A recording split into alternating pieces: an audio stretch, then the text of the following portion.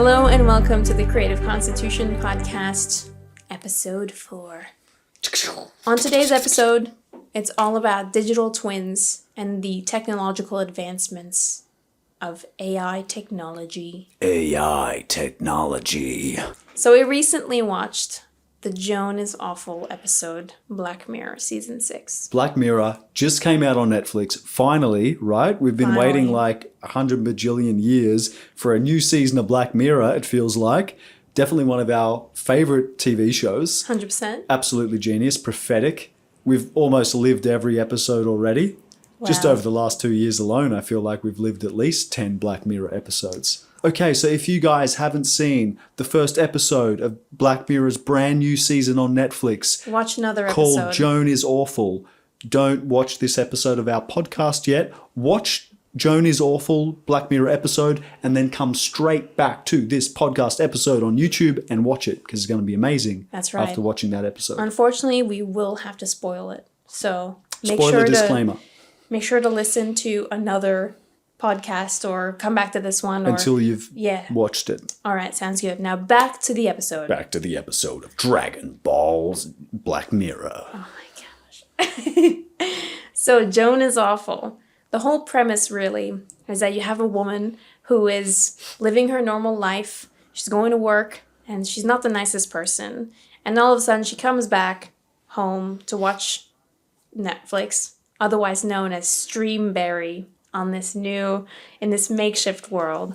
And they're starting to watch this TV show called Joan is Awful. They're like, sounds good. Interesting name because that's also her name too. And then really, as the episode goes on, we start to figure out that actually her life is being played by this quantum computer, regenerated into this TV show. Well, she's watching the show and it's just happened to her. So the episode of the show she's watching about her, it's blatantly her, has literally just happened to her a few hours ago. Yes. So my first theory was, obviously it's super high advanced AI technology. There's been little cameras following around all day and the AI is generating a whole episode in real time and instantly uploading it to like Netflix or their equivalent. And that was it. As the episode progressed, that was exactly what the Black Mirror episode was about. But really, in summary, the episode was all about tackling different issues, really, that are kind of prevalent now. Using the likeness of celebrities and to using generate AI technology. Fake videos and fake film. Yeah. Yeah. And we've seen this in our day-to-day. Obviously, the rise of ChatGPT and the amazing tools that have been created now that can turn text into videos or turn videos into more awesome videos. So it's really a very prevalent topic at the moment. And one of the things that we thought was very interesting was the concept of digital likeness and where that would be going in film and television. Yes. And especially for actors, the effect that will have on real actors that want to really be in movies and shoot real movies. How many years is that going to still continue for when really already the technology exists to put that out of business tomorrow? Like if 100%. They really pushed it, they could. I mean, really, you and me, both as actors wanting to get into bigger films and television, where does that put us in the scheme of things? Yeah. And when we look at the advancement rate of technology even today, I mean, ChatGPT is better, like 10 times better in an article I read today than it was just months ago. Wow. And at this rate, it's going to get even more intelligent. And it's the same with all of the video models and all of the photo generation models. They're all getting better and better and better. If you're a techie person and you've played around with Midjourney, V4 is significantly better than V1. So a little monkey in a teacup in V1 is nowhere near the quality and the realism of V4. So imagine now with deepfake and the rise of digital twins, the cloning of voices, it's all very prevalent. And all of these things could be split up into different episodes. But really what we want to focus on in this one is not really the ethics of digital twins, but how we see that impacting film and television. Yeah, and really get into the impact that will have on the people that work in that industry even the writers, from directors to writers to storytellers. But I mean, mostly actors, because I feel it will hit actors the hardest. If this really keeps going the way it's going now, into this sort of dystopian tech, crazy sci-fi, everyone's fake, and a fake video of some celebrity could be made tomorrow in seconds, and it goes for an hour, and it's 100% believable and looks like them, and they're doing something terrible. And like letting that keep growing and that technology keep advancing is not good, I don't think. This technology has been worked on and implemented in a variety of different ways over the past few years, even before we called it AI, That's true. generated likeness. So the ability to use celebrities' faces and change them and morph them into scenes that they didn't even film has been going pretty strong. If you remember a film called The Irishman that Scorsese did recently, amazing film. It's like 4 hours long, De Niro, Pacino, incredible. I had to watch it over 2 nights. I loved it. It's quite the long one. But get this is crazy. And you've heard me talk about this before, but the viewers at home haven't heard about this. So the technology they used for that, you look it up as well, guys. Don't just take my word for it. It's really interesting. But Scorsese basically built a wall of cameras, like 50 cameras or something. Millions and millions of, like tens of millions of dollars to build this camera wall in order to capture De Niro and Pacino in those scenes, and Pesci as well, in real time. And then de-age them in post. And that was only doable apparently with this new 50 camera wall, bajillion dollar technology, right? And then literally you've got this movie where the guys are de-age and it's still a little uncanny valley. De Niro's trying to play his 25, 30-year-old self in a few scenes, and it's still very evident. Which is like half his age. It's still very evident that he looks 50. Yeah. It's so the technology wasn't really that impressive for a bajillion dollars. A week later, after the film comes out, there's like a dude that's pretty decent at deep fake stuff, when the deep fake stuff was on the rise and wasn't even that good yet. But that was also maybe a year or even more since the shooting of the film, right? So then that actually would have been some time had passed. Fair enough. Probably yes. time for the technology to get better. Time for that deepfake technology to improve, Potentially 11, 12 months had passed since they shot that. But still, that's a pretty small time gap. And the guy that put the deep fake version, his scene comparison compared to the one Scorsese shot, it was night and day. Scorsese's film was terrible compared to this guy that spent a day or something using his deep fake editor, and it actually had Robert De Niro looking exactly how he looked in Taxi Driver. Wow. It looked like him when he was 25 years old, better in a day than this guy spent $1 bajillion on. So I thought that was incredibly interesting in just the span of a few months to a year, that some guy using a deep fake little app or plugin on his video thing at home is recreating the scenes way better than Scorsese spent hundreds of millions of dollars on trying to create and convince us that they were younger. That's amazing. Yeah. I mean, the rise of deepfake is incredible. I mean, obviously there are some bad sides to that, which we won't really touch on in this episode. But I think we have to realize that these technologies are not going away. No. But in a way, they're also best suited to actors and people that are already really famous and have done quite a lot. Very beneficial to them. Because for them, they can be immortalized. They can make content forever. The deepfake technology, that was impressive enough. But then so soon after, only a few months after, now we're getting this AI technology. And so combining the deepfake technology with the AI technology, you can literally create anything. So, for example, I mean, just a week ago, there was an amazing cover that I saw of I think it was like Frank Sinatra and Kanye West was singing that, and you had all these people creating original soundtracks as well, like original rap songs made by Kanye West and Jay-Z and really like anyone, because they had enough vocal prints to be able to be used and replicated into an original sound. Wow. So when you think about that, the same thing is true for deepfake technology. The more the more frames it has to use, the more resources it has to use, the better the outcome. So imagine De Niro with more than a 20-year career. Oh, yeah. He has enough content there to be able to make movies for the rest of his life and never appear on set once. Forever. He doesn't have to appear on set again, ever. And he could be in another 100 years, he could still be starring in movies. Yeah. When he looks 25. Robert De Niro could be starring in films 100 years from now as a 25-year-old with his look, with his voice that he had when he was 25, long after he's passed away. And he could be taking the jobs from new actors that want to become actors.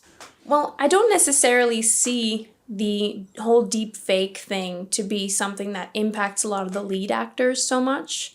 I do think that there is an exhaustion of sometimes talent and their reputation, and it's almost like when you watch too many Dwayne Johnson movies and you kind of don't want to see him in another movie for a while.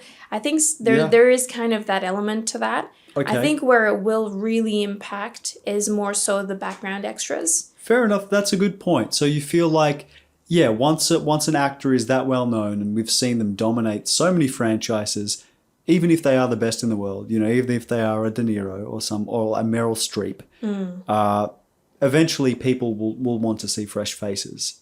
I also do think, though, that after having been in the space with the whole AI and the growth of things like ChatGPT and AI tools, you really start to see that people are getting a little tired of it. Like, there is a really strong group of people that love it. Yes. And then there's a really strong group of people that actually don't want to see it progress. Yeah. And in a way, that is probably a something that's going to keep the industry a little safer. Balanced for a while. And a bit more balanced, yeah. For a while. It might keep jobs safer for a while. But, for example, with the writer strike going on, there's been a lot of things going on in Hollywood. The writer strike has really made a lot of people bring out their kind of opinions and what they think of the current industry, really showing its faults and what is currently wrong with the industry. Okay. And one of those things I was reading about, it was this lady who was brought into a room to be completely 3D scanned in order to be replicated in a bunch of different scenes in a movie as a background extra. Yeah. And, I don't know the details about pay or anything, but if we take the technology and how that's being used now, imagine after it grows and it gets better, you might only need to ever be scanned once and you never do an audition. They just use your looks, your voice. True. That really could be the case in the future. You might not ever have to step onto set. They could literally just use a computer-generated version of you. That's interesting because, obviously, like, that happened to me. I got the 3D scan to be doubled up and a CGI. They wanted to thicken out the crowd and make it look like it was a bit bigger than it was. But, when you think of it that way, did I get some special fee or some extra pay for being 3D scanned into their systems and potentially immortalized and made into this CGI usable version of myself from all angles? No, they just took that and they've got it and they can use that however they want. And, I didn't sign anything or to say they can't, and I didn't get paid anything extra to say that they can. So that is an interesting point. Exactly. And this kind of opens a whole can of worms, right? Where you have this deep fake technology that just keeps getting better.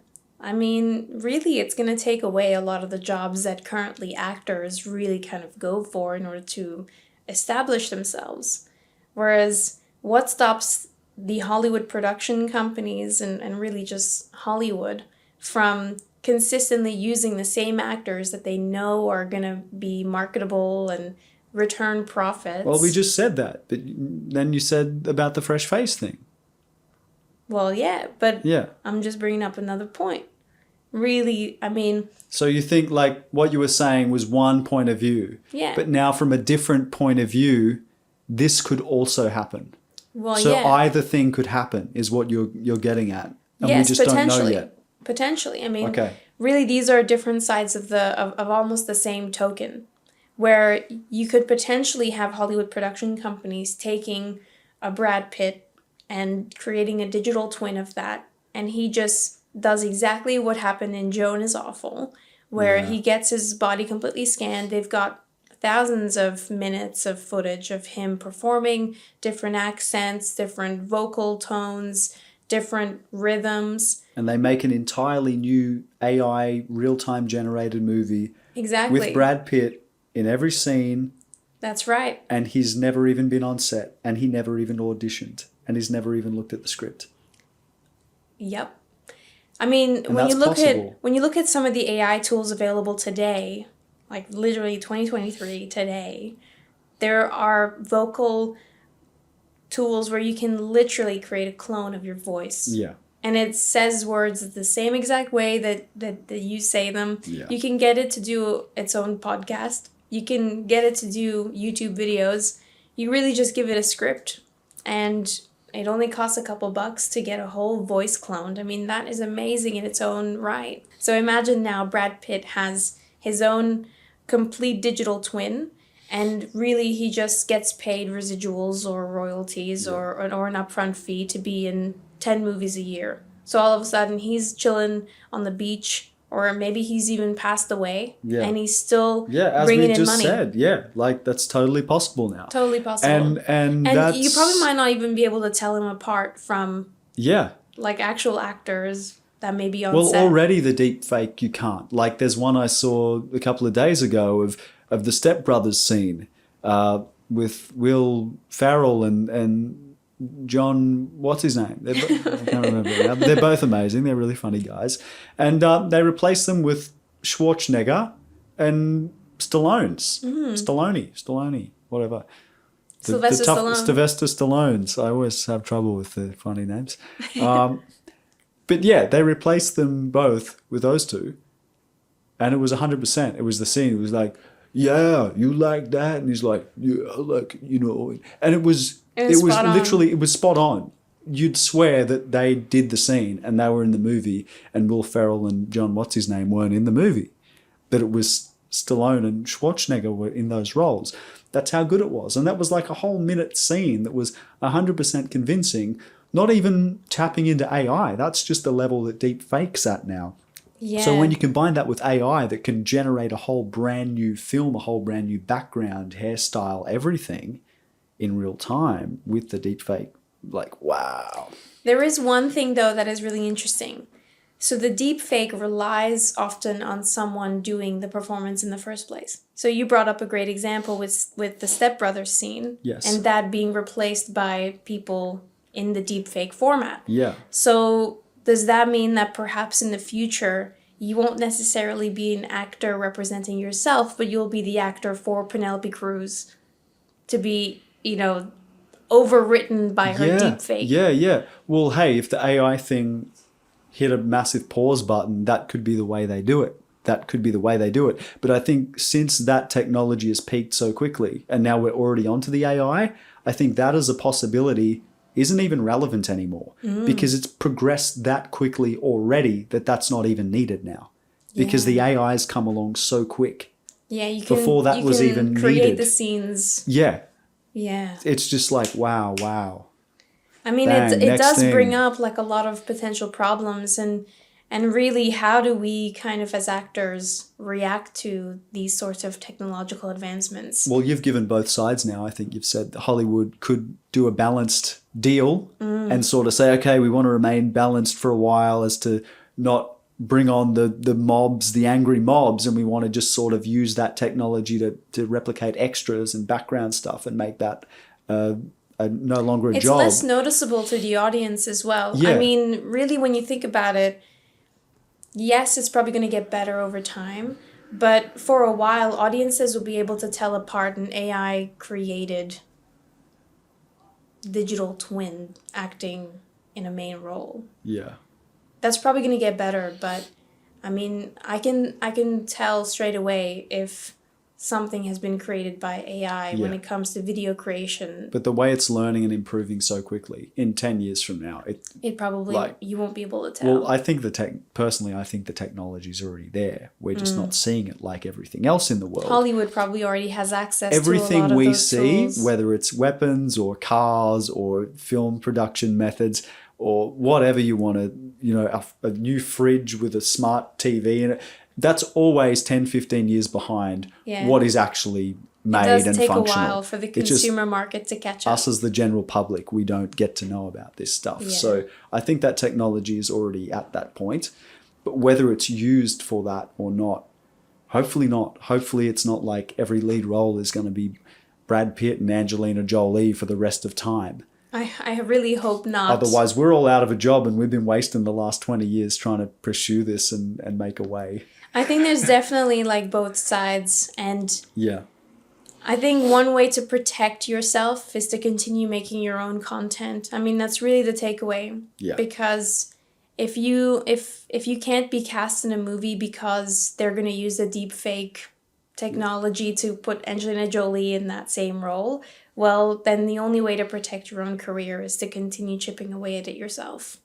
Amazing. And it's honestly, I mean, it's amazing. I love it. And I do watch a lot of videos about AI and I really track it because I do think that there's great potential to save time. There is. And it's also creating a whole new balance for filmmakers that, you know, have very little resources to create amazing videos and films and music videos and all sorts of media. It almost levels the game. Like, you don't need millions of dollars anymore to create these amazing videos. I mean, AI video content is blowing my mind already. It can't do hands, but it soon will be able to. As long as we keep it accessible to the public, I think, then it's fair. And as long as we keep making our own content, even if Hollywood does go full dystopia, you know, we're still creating and we're still using amazing tools to create our own great things. But then again, on the other hand, they could go utopian. Okay, so I think we've talked about this, you know, this AI film, using it in film in a very sort of negative way so far. I mean, we've been a little bit balanced in certain other aspects, but in the film aspect, we've focused on the negative, which is fair enough because there's a lot of negatives to it. It's a big, scary, omnipresent technology that we don't really have a handle on and we can't control, because if Hollywood controls it and the directors control it, they can do anything they want. It could go full dystopian, exactly like we've discussed, exactly like Alice is Awful or Joan is Awful Black Mirror episode, which is where we started this episode. You know, that's where this came from. This commentary came from. They could go like that 100%. Or here's another option, a utopian look at using that technology. So yeah, new actors are coming through. New people are still getting discovered. They are still shooting films on set in a real environment, learning the scripts. It's not all made by a computer. But maybe Harrison Ford, you know, 50 years from now, maybe he's passed away. And maybe there's a new Star Wars film. And maybe it'd be amazing to have a new character from Star Wars act alongside Harrison Ford as his 25-year-old self with his actual voice that he sounds like him, not an actor stand-in, not like the new Han Solo movie, not like another guy trying to be him, but literally Harrison Ford as a 25-year-old with that voice, as him in his prime from those movies, to act alongside a new actor in this brand new film. And that's completely doable with this technology. 100%. So you can immortalize the old legends in a great way without taking the jobs from other people and without completely destroying the film industry and it just being all computerized. You can still have a really positive way to use that technology. Whether Hollywood do that or not, though, who knows? Well, they could do that with kind of Paul Walker. I mean, the thing that they did in Fast and Furious was not great. They used his twin brother. I mean, that's pretty good. It was close enough. You could bring back these amazing legends. You could use it sparingly. It's like a gift from the gods, having that power, but being smart about using it and respectful and knowing when it's the right time to use it. That's right. And when it's abuse, which humans aren't very good at. So fingers crossed. That is very true. But what do you think? Well, let us know in the comments. Let us know in the FAQ. It's an ongoing discussion, constantly evolving and changing. Like in another 6 months, it's going to be different again. That's right. Have you watched Joan is Awful? Yeah. And if you have, let us know what you thought. Give us your commentary. What do you think about AI taking over? And are we doomed as actors? Or is there a rainbow ahead that we can all look forward to? Let us know, and we'll see you in the next episode.